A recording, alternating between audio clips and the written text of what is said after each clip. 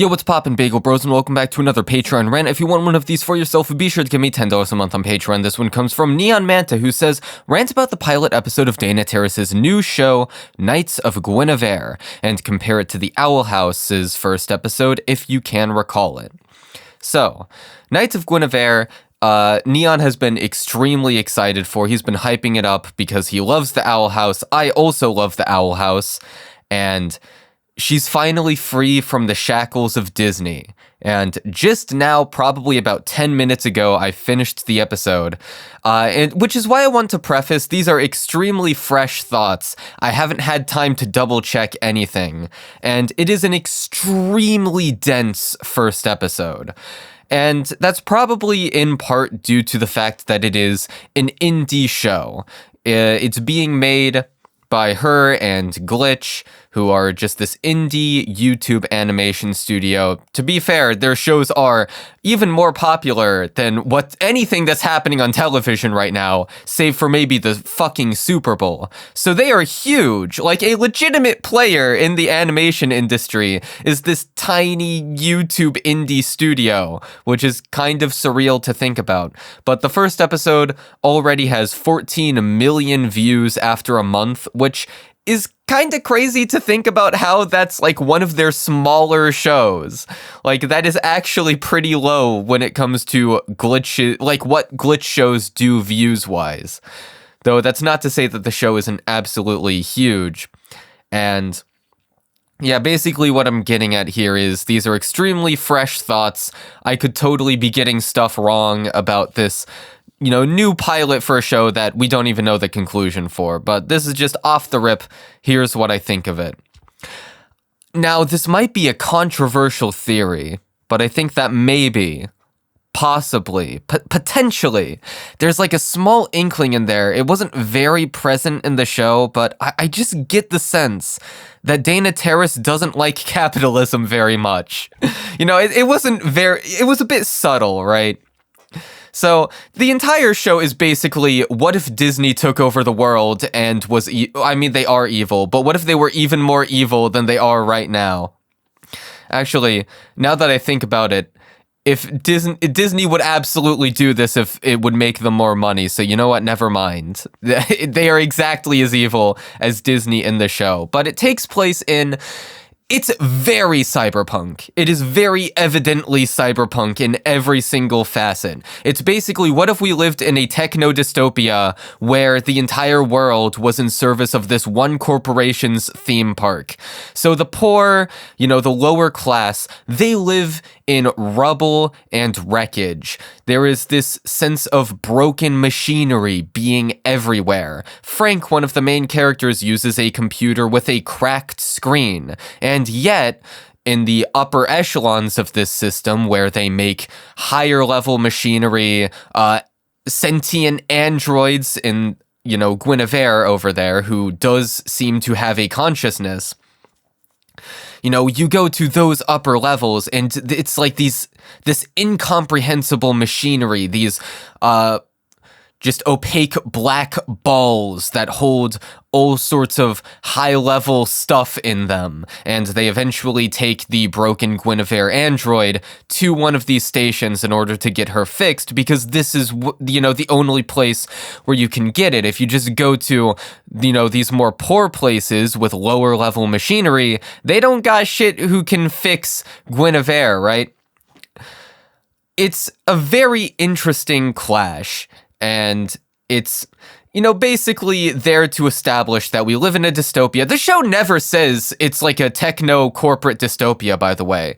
This is all through implication. I was not kidding when I said it is very, very dense and it relies a lot on sort of implying things. Like, for example, it never says what a crownie is, but you get the sense eventually, like the first time you hear it, you have no idea what the fuck a crownie is. Eventually, it gets repeated enough times that you can, you figure out, oh, there are people who fix these higher level machines, which are all, once again, in service of essentially this show's version of Disney, right?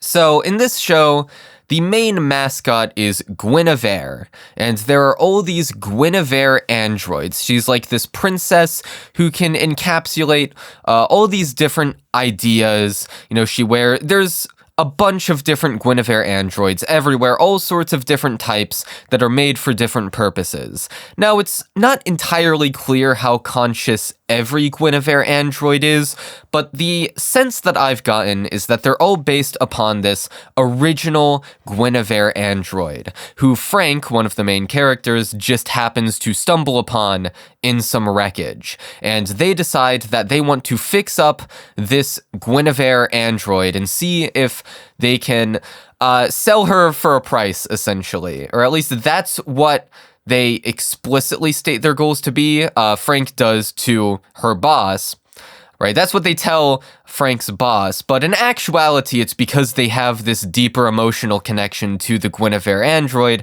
And I'm not entirely sure, once again, it doesn't seem like most Guinevere androids are sentient, but maybe they're being compelled out of this sense of, oh, well, we love the Guinevere and we just want to see, what this original model can do. Or, they don't know that it's an original model yet, but they know that it's a model that they've never seen before and that is probably very rare, and they're thinking maybe we can get this model working and see what the deal is.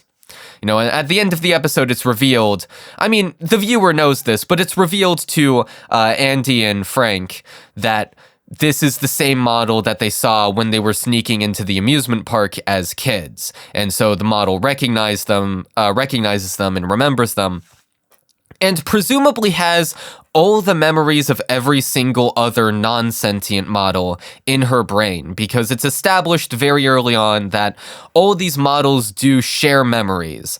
If you see one model across the park, all the models suddenly remember you. And something very interestingly absent from this episode, we don't see the park much at all. We see it in the intro, where there's this little girl overlooking the park.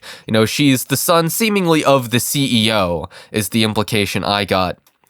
And she's overlooking the park, and we get to see it at night, but we never see it up and fully operational. We see the employee stations, where the employees reside. We see the factories where they make Guinevere merch. We see, high futuristic tech clashing with this low sort of steampunk battered aesthetic. But the park, and whether or not it even makes people happy, has no actual bearing on these people's lives except for Frank, who at one point says that she wants to work her goal is to become a crownie, who Andy already is. And she sort of looks up to Andy's job in this respect, and she wants to prove herself because she remembers meeting the Guinevere as a kid, and, that made her very happy, and so she wants to spread that happiness to other people. Now, there's this sense, it's pretty... it's not main text, but if you know who Dana Terrace is, it is inescapable. The idea that this is, in part, a commentary on her experience with Disney. And I sort of got that sense with Frank, where Frank wants to work, once again, in these higher ranks within the company. Because, as a low-level mechanic, her entire job is to make random merch, just do it over and over again, or to find scrap parts and sell them so that other people can make higher level machinery, right? She's not the one actually having any creative input in the park. However, she wants to get there because even though, and Andy is perplexed by this. Andy has been working up in the, corporate hierarchy, seemingly because, once again, this is techno-corporate dystopia. This is how you make money. And she even got fired as of, like by the end of the episode, she is no longer employed at this company. She is fired and she hates it. She hates this company. She does not understand how Frank can get any passion from rising the ranks here. But in Frank's mind, it's like, well, this is how I be creative, because what else do you do? Everything else seems to be refuse and scrapped parts and just shit. And the main, I wouldn't even say the villain of this episode, but the main conflict, right? So they're trying to sneak this rare Guinevere android into this lab so that they can fix her up and, see what the deal is. However, Frank's boss wants to sell Guinevere for scraps. He doesn't see how this vision that Frank has will even sell, which has obvious parallels, with I assume Dana Terrace's experience of having this, wider vision of art that the company, every company she pitches it to doesn't understand. But as well, there's also this sense that, the Guinevere itself has been molded to fit this corporate vision despite being sentient. And every time she tries to rebel against it, she gets fixed, quote unquote, and then put back into the corporate wheel, as it were. She's a cog in the machine. But Frank's boss, despite doing fucked shit, there's this one shot that was fucking legendary where he says, remember what you do, remember what happens when, I forget the exact, actually I have it quoted here. You know what happens when you break the rules. And he shows a pair of pliers with 2 teeth in it. And then it cuts to Frank's face with 2 missing teeth. And I was like, holy fuck, that's such a genius shot. But even though he does fucked shit, his actual motives aren't bad, because he's one of the lower rats in the system. Even though he has power over Frank, Andy, up until the events of the show, worked at a higher position than him. He is low down in the corporate ladder. All he wants is money. And because this is, dystopia, once again, he's used to doing fucked shit to get that money. And when he sees Frank trying to fix this android, she's stolen his ship, she's stolen his android. In his words, this can buy me a second ship. This is big for him. And so it makes sense why he's like that. And at the end, he eventually comes around on the vision. He's like, look, Andy, you know more than me. Fix this android. Give me the profits. All right? If I get money from this, I don't care what you do. And they're okay with that. At the end of the day, they just want to see this android up and running. And they have an emotional investment in it. Once again, that, I really like this one character of the guy who runs the ship. Because once again, he's not a good person, but he's not evil. One of his eyes is entirely blacked out. Not just a black eye, but literally, the eye itself is pure black. He has clearly been through a lot and is clearly this battered old man just trying to make it in the world, and is willing to do whatever it takes to get his little niche in the world and live. And so you don't get the sense that he's doing this, even though he, once again, just punches Frank in the face. He's clearly abusive to his lower level employees, but you get the sense that he's not evil at heart. In a better system, he would be a better person.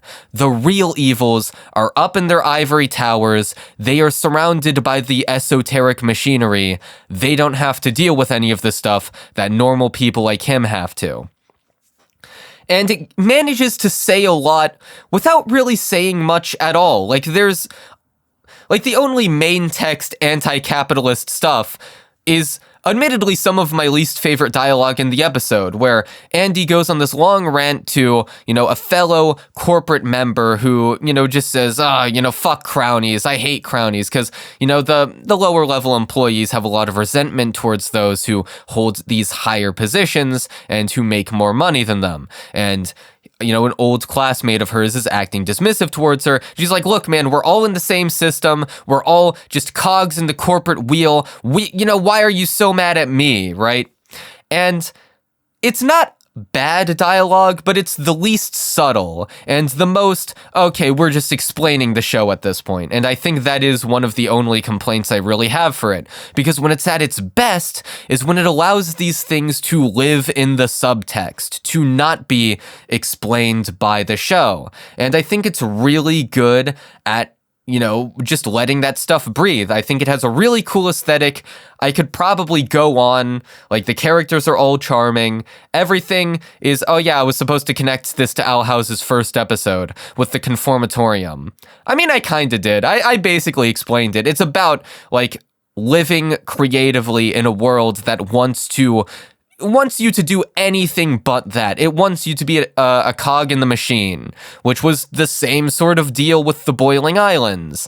It also has the same sort of parallels to, like, dictatorships and forcibly, not being able to express yourself. So there are, like, it's very similar thematically to the Owl House, except in this version, it is even more cutthroat, even more dystopic. Like, things are fucked in this world. Like, in the Owl House, at least most people had, normal lives by the standards of their society. They weren't constantly, at threat of dying. Whereas in this world, everyone is poor except for the people on top. Everyone has broken, rusted decay around them and needs to do whatever it takes just to live, it seems. So, yeah, it's basically just the Owl House, but what if things were even more fucked? Which is great. So yeah, that's about it. I liked the first episode a lot. I will refrain from having any sort of number score until I, learn more of what the show is actually like. But first episode, great first impression. That's about it. See ya.